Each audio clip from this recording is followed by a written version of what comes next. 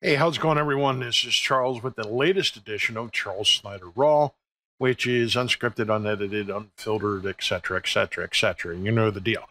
I'm still kind of sick. My voice isn't quite back to normal yet, but um, I need to crank out some more videos. I'm behind a couple, and once I get to the point where my voice is back, I'm going to finish up the 1 minute marketing video. But that's not the whole point of why I'm making this particular one. We got a question sent to us from Phil. Wants to know how far along is WordPress in helping its ecosystem become GDPR compliant and embrace its spirit. What's left to do? Well, there's a lot of hubbub about GDPR compliance, especially since the beginning of the year, because this took place or became effective on May 25th, 2018. And even though it's a European Union law, it does affect businesses here in the US as well as around the globe. So, first things first, what is GDPR? It is Global Data Protection Regulation. It's European law. And it affects businesses all over the world, because anyone who is a member of the European Union, comes from Germany, France, and all the other nations that are part of the UN, or not the UN, the European Union.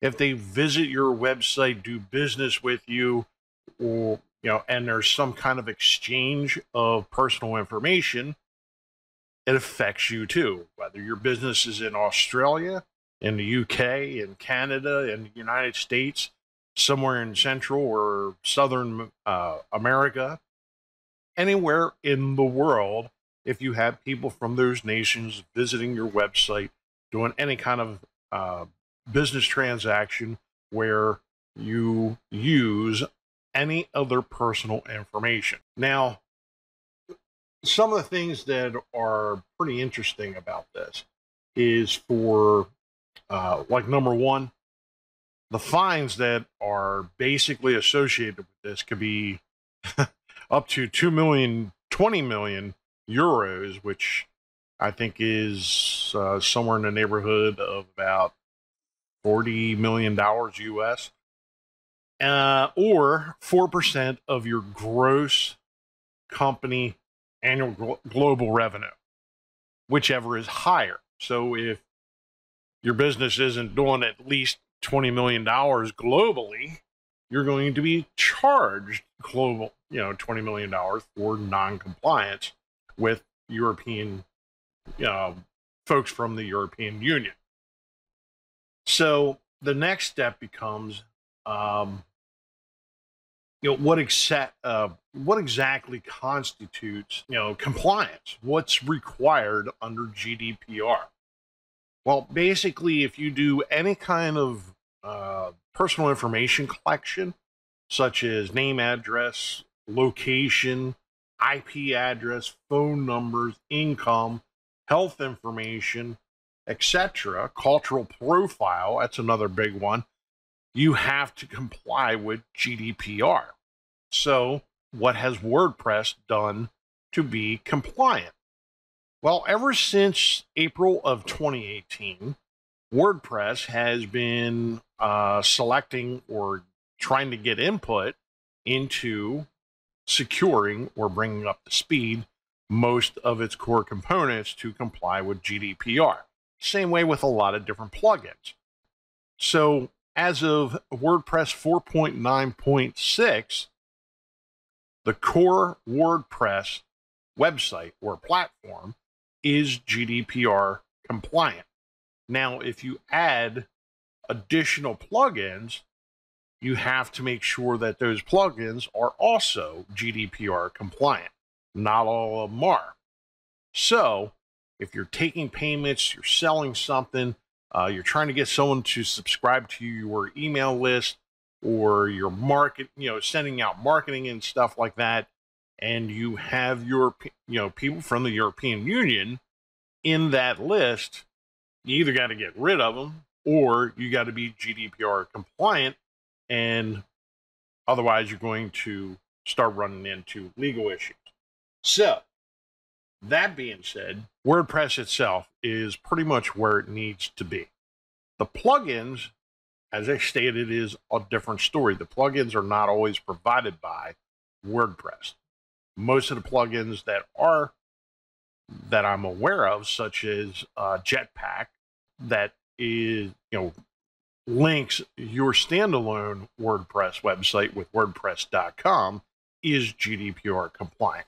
WordPress.com is GDPR compliant. So the general gist is that big businesses like Facebook, Google, to name just two, are much more careful about handling people's private information or personally identifiable information, which is names, addresses, email addresses, phone numbers, financial information, etc., etc.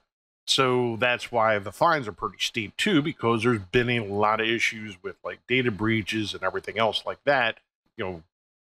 Like at the beginning of the year, the whole frenzy over Cambridge Analytica, which was a huge data breach, but the data is only useful within Facebook Manager with someone who has a registered Facebook account. So yes, it was a breach, but it wasn't the breach that the news would have you believe it was. So yes, there's been problems. Google has been taking a lot of steps to become compliant. Twitter, all the social media platforms have done the same thing. All the major search engines have done it. And I'm sure you've seen emails from every single one of the social media platforms that you're on. Any of the, the search engine, if you have like Google Analytics or Gmail, I know they've sent out dozens upon dozens of emails about their GDPR compliance all coming up. So to answer your question simply, yes, WordPress is compliant. The plugins are a different thing. So you have to do a little bit of research as you're going through them. To my understanding, a lot of the plugins are GDPR compliant. And there are standalone plugins just for GDPR compliance for WordPress. That's mostly ours, but we still comply with a lot of that GDPR compliance because data protection is important. It's important to people. That's why we've upgraded our website to be entirely SSL, secure socket layer secure, and we're very careful about the way we handle personally identifiable information. Anyway, hope that answers your question. WordPress is definitely compliant, so make sure your plugins that you're using are compliant, and you should be good to go. Hope that answers your question. I need to get a drink because my throat feels like raw hamburger. So I'm out of here. Love, peace, and chicken grease.